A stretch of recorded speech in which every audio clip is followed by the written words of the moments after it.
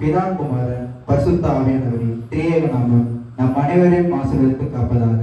ஆமென். நம் அனைவரும் ஆண்டவர் நோக்கி ஜெபிப்போம். ஜெபம். ஒருவரும் சேரக்கூடாத ஒளியில் வாசம் செய்கிற எங்கள் நல்ல ஆண்டவரே, இந்த அருமையான நேரத்திற்காய் உமக்கு நன்றி செலுத்துகிறோம். நீர் எங்களுக்கு ஆசீர்வாதமாய் தந்திருக்கிற எங்கள் இளைஞர் இயக்கத்திற்காய் அற்புதமான இந்த கூடுகைக்காய் உமக்கு நன்றி செலுத்துகிறோம். இந்த கூடுகையிலே பங்கெடுத்திருக்கிற எங்கள் ஒவ்வொருவரையும் நீர் பேர் பேராய் ஆசீர்வதியும். ஆரம்பம் முதல் முடிவு மட்டும் உம்முடைய மாறாத பிரசனம் எங்களை தாங்குவதாக. மீட்பெரும் இரட்சகரும் ஆகிய இயேசு கிறிஸ்துவின் மூலம் ஜெபிக்கிறோம். ஜெபம் கேளும் எங்கள் நல்ல பிதாவே. ஆமென்.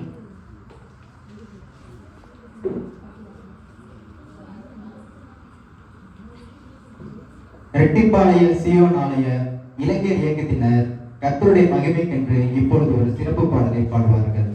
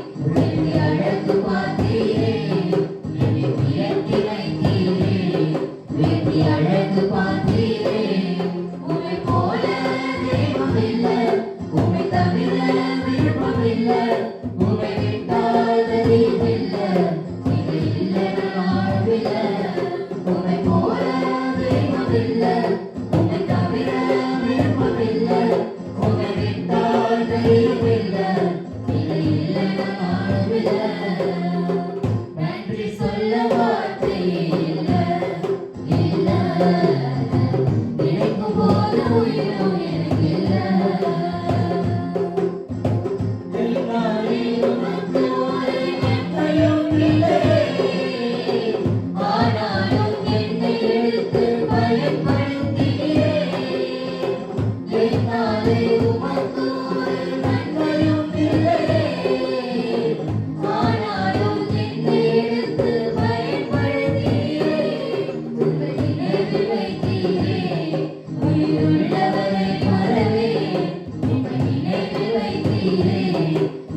உள்ளவரை மறவேன்.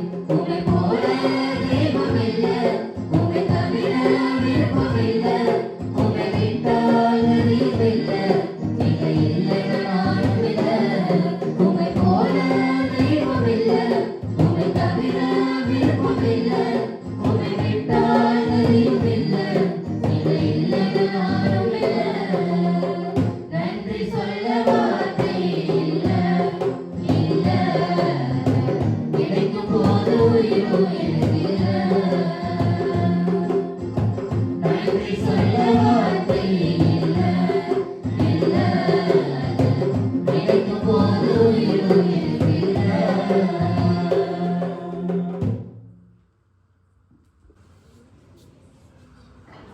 திருமறை பகுதியை வாசிக்க கேட்போம். இன்றைக்காக வாசிக்கப்பட வேண்டிய வேத பகுதி யோவேல் 2ஆம் அதிகாரம் வசனங்கள் 12 முதல் 18 வரை. ஆதலால் நீங்கள் இப்பொழுதே உபவாசத்தோடும் அழுகையோடும் புலம்பலோடும் உங்கள் முழு இருதயத்தோடும் என்னிடத்தில் திரும்புங்கள் என்று கர்த்தர் சொல்லுகிறார். நீங்கள் உங்கள் வஸ்திரங்களை அல்ல, உங்கள் இருதயங்களை கிழித்து திரும்புங்கள். அவர் இரக்கமும் மன உருக்கமும் நீடிய சாந்தமும் மிகுந்த கிருபையும் உள்ளவர். அவர் தீங்குக்கு மனஸ்தாபப்படுகிறவருமாய் இருக்கிறார். ஒருவேளை அவர் திரும்பி மனஸ்தாபப்பட்டு உங்கள் கடவுளாகிய கர்த்தருக்கு போஜன பலிகளையும் பான பலிகளையும் செலுத்துகிறதற்கான ஆசீர்வாதத்தை தந்தருளுவார். சீயோனிலே எக்காலம் ஓதுங்கள், பரிசுத்த உபவாச நாளை நியமியுங்கள், விசேஷித்த ஆசரிப்பை கூறுங்கள், ஜனத்தை கூட்டுங்கள், சபையை பரிசுத்தப்படுத்துங்கள், முதியோரை சேருங்கள், பிள்ளைகளையும் பால் உண்கிற குழந்தைகளையும் கூட்டுங்கள். மணவாளன் தன் அறையையும் மணவாட்டி தன் மறைவையும் விட்டு புறப்படுவார்களாக. கர்த்தரின் பணிவிடைக்காரராகிய ஆசாரியர்கள் மண்டபத்துக்கும் பலிபீடத்துக்கும் நடுவே அழுது, கர்த்தாவே, நீர் உமது ஜனத்தை தப்பவிட்டு புறஜாதிகள் அவர்களை பழிக்கும் நிந்தைக்கு உமது சுதந்திரத்தை ஒப்புக்கொடாதிரும். உங்கள் கடவுள் எங்கே என்று புறஜாதிகளுக்குள்ளே சொல்லப்படுவானேன் என்பார்களாக. அப்பொழுது கர்த்தர் நமது தேசத்துக்காக வைராக்கியம் கொண்டு நமது ஜனத்தை கடாட்சிப்பார். இன்றைக்காக வாசிக்கப்பட வேண்டிய வேத பாடம் வாசிக்கப்பட்டாயிற்று. ஆமென். வேத பகுதியை வாசிக்க கேட்ட நாம் கர்த்தருடைய வார்த்தைக்குள்ளாக கடந்து செல்வோம். கர்த்தருடைய பரிசுத்த நாமத்திற்கு மகிமை உண்டாவதாக. இதயமாக நாம் இயேசுவின் திருப்பெயரால் உங்கள் அனைவரையும் ரெட்டிபாளையம் குருசேகர இளைஞர் இயக்கம் சார்பாக வரவேற்பதில் பெருமகிழ்ச்சி அடைகிறோம். வாசிக்க கேட்ட ஒரு பகுதியிலிருந்து தியானிப்போம். அது யோவேல் 2ஆம் அதிகாரம் 12-13 வசனங்கள். ஆதலால் நீங்கள் இப்பொழுதே உபவாசத்தோடும் அழுகையோடும் புலம்பலோடும் உங்கள் முழு இருதயத்தோடும் என்னிடத்தில் திரும்புங்கள் என்று கர்த்தர் சொல்லுகிறார். நீங்கள் உங்கள் வஸ்திரங்களை அல்ல, உங்கள் இருதயங்களை கிழித்து உங்கள் கடவுளாகிய கர்த்தரிடத்தில் திரும்புங்கள். அவர் இரக்கமும் மன உருக்கமும் நீடிய சாந்தமும் மிகுந்த கிருபையும் உள்ளவர். அவர் தீங்குக்கு மனஸ்தாபப்படுகிறவருமாய் இருக்கிறார். புதிய திருப்புதல்ல செய்ய கருதிய தீங்கை குறித்து மனம் மாறுகின்றவராய் இருக்கிறார். எப்பொழுது அப்படின்னா, நம்முடைய முழு இருதயத்தோடு கர்த்தரிடத்தில் திரும்புறப்போ அவர் நமக்கு செய்ய கருதிய தீங்கை கொடுத்து மனமாறுகின்ற கர்த்தராய் இருக்கிறார்.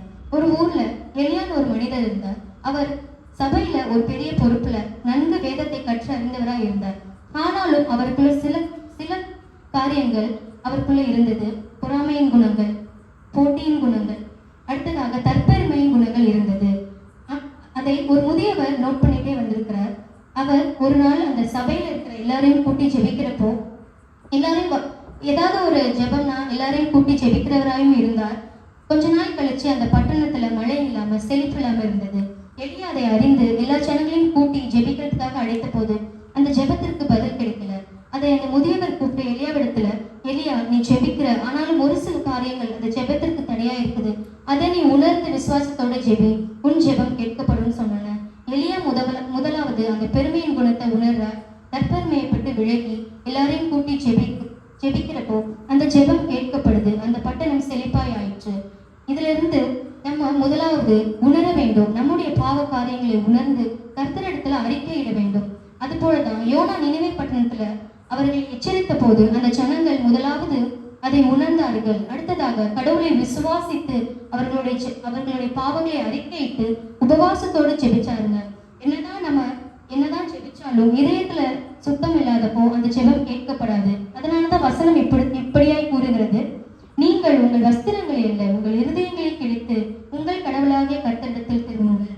நாம் அனைவரும் முழு இருதயத்தோட நம்முடைய பாவங்களை உணர்ந்து கர்த்தரிடத்தில் திரும்புறப்போ நினைவே மக்களுடைய பாவங்கள் எப்படி மன்னிக்கப்பட்டு அவங்க பெரிய தீங்கிலிருந்து காப்பாற்றப்பட்டார்களோ நம்மளும் காப்பாற்றப்படுவோம். இளைஞர்களாகிய நாம் சில காரியங்கள் இதெல்லாம் பாவமா நினைக்கிற காரியங்கள் கூட இந்த காலத்துல ஒரு பாவம் பெரிதாய் பெருகி வந்துட்டு இருக்கு. அது என்னன்னா, லேவியராகமம் 19ஆம் அதிகாரம் 28ஆம் வசனம். எடுத்தவர்கள் வாசிக்கும். அடையாளமான எழுத்துக்களை உங்கள் மேல் குத்திக் கொள்ளாமலும் இருப்பீர்களாக, நான் கர்த்தர். அடையாளமான எழுத்துக்களை உங்கள் மேல் குத்தி கொள்ளாமல் இருப்பீர்களாக. புதிய திருப்புதல்ல பச்சை குத்தி கொள்ளாமல் இருப்பீர்களாக. இன்றைய காலத்துல இளைஞர் இடத்துல இது பெரும்பாலாய் நடந்து கொண்டிருக்கிறது. நம்ம நினைக்கலாம் இதெல்லாம் ஒரு பாவமான, ஆனா கிறிஸ்தவர்களாகிய நமக்கு ஒரு சில ரூல்ஸ் அண்ட் ரெகுலேஷன்ஸ் இருக்கு. இளைஞர்களாகிய நாம் வேதத்தை அறிந்து கர்த்தரிடத்தில் திரும்பணும். இந்த மாதிரி காரியங்கள் கூட பாவம் தான். அது எல்லாத்தையும் உணர்ந்து கர்த்தரிடத்துல திரும்பணும். இந்த நாட்கள் மனமாற்றத்தின் நாட்களா இருக்குது. வசனங்களை தியானித்து நம் உபவாசத்தோடு நம்ம இளைஞர்களாகிய நாம் ஏதாவது ஒரு வாரத்துல கூடி தேசத்திற்காக இளைஞர்களுக்காக ஜெபிக்கணும். அதுதான் நம்மை சபை முன்னேற்றத்திற்கும் உதவி செய்யும். இந்த வார்த்தைகளை கேட்ட நாம் கர்த்தரிடத்தில் திரும்புவோமாக. இயேசுவின் நாமத்தில் ஜெபிக்கிறோம் நல்ல பிதாவே, ஆமென். கர்த்தருடைய வார்த்தையை கேட்ட நாம் இறைவேண்டல் செய்வோம். அன்புள்ள ஆண்டவரே, எங்கள் திருச்சபையில் நடைபெறுகிற இளைஞர் இயக்க திருப்பணிக்காய் உமக்கு நன்றி செலுத்துகிறோம். இந்த திருப்பணியின் மூலமாய் அநேக இளைஞர்கள் உம்மில் நம்பிக்கை கொள்ளவும் உம்மில் அன்பு கொள்ளவும் கர்த்தர் உதவி செய்கிறாங்க. இந்த இயக்கத்தில் எங்களுக்கு கிடைத்த வாய்ப்பிற்காய் உமக்கு நன்றி செலுத்துகிறோம். இந்த கூடுகையின் மூலமாய் நாங்களும் உம்முடைய ஆசீர்வாதத்தை பெற்றவர்களாய் இருக்கும்படி கர்த்தர் உதவி செய்கிறாங்க. மீட்பர் இயேசு கிறிஸ்துவின் மூலம் ஜெபிக்கிறோம். ஜெபம் கேளும் எங்கள் நல்ல கடவுளே, ஆமென். நாம் அனைவரும் ஆண்டவர் கற்பித்த ஜெபத்தை சொல்வோம். பரமண்டலங்களுக்கு இருக்கிற பிதாவே, உங்களுடைய நாமம் பரிசுத்தப்படுவதாக, உங்களுடைய ஆட்சி வருவதாக, உங்களுடைய சித்தம் பரமண்டலத்தில் செய்வதாக. அன்றைக்கு யாராலும் எங்களுக்கு தாரும், எங்கள் கடனாளியை மன்னிப்பது போல எங்கள் பாவங்களை மன்னி, எங்களை சோதனைக்கு உட்பட்டாமல் தீமையை ரட்சித்தருளும். ஆட்சியும் வல்லமையும் மகிமையும் என்றைக்கு உங்களே சுவாமி, ஆமென். நாம் அனைவரும் ஆசீர்வாதத்தை பெற்றுக்கொள்வோம். நம்முடைய ஆண்டவராகிய இயேசு கிறிஸ்துவின் கிருபையும் கடவுளின் அன்பும் பரிசுத்தாவான ஐக்கியமும் நாம் அனைவரும் கூட இருந்து காப்பதாக, ஆமென். என் ஆத்மாவே கர்த்தரை ஸ்தோத்திரி, என் முழு உள்ளமே பரிசுத்த நாமத்தை ஸ்தோத்திரி. என் ஆத்மாவே கர்த்தரை ஸ்தோத்திரி, கர்த்தர் செய்த சகல உபகாரங்களை மறவாதீர்கள், ஆமென்.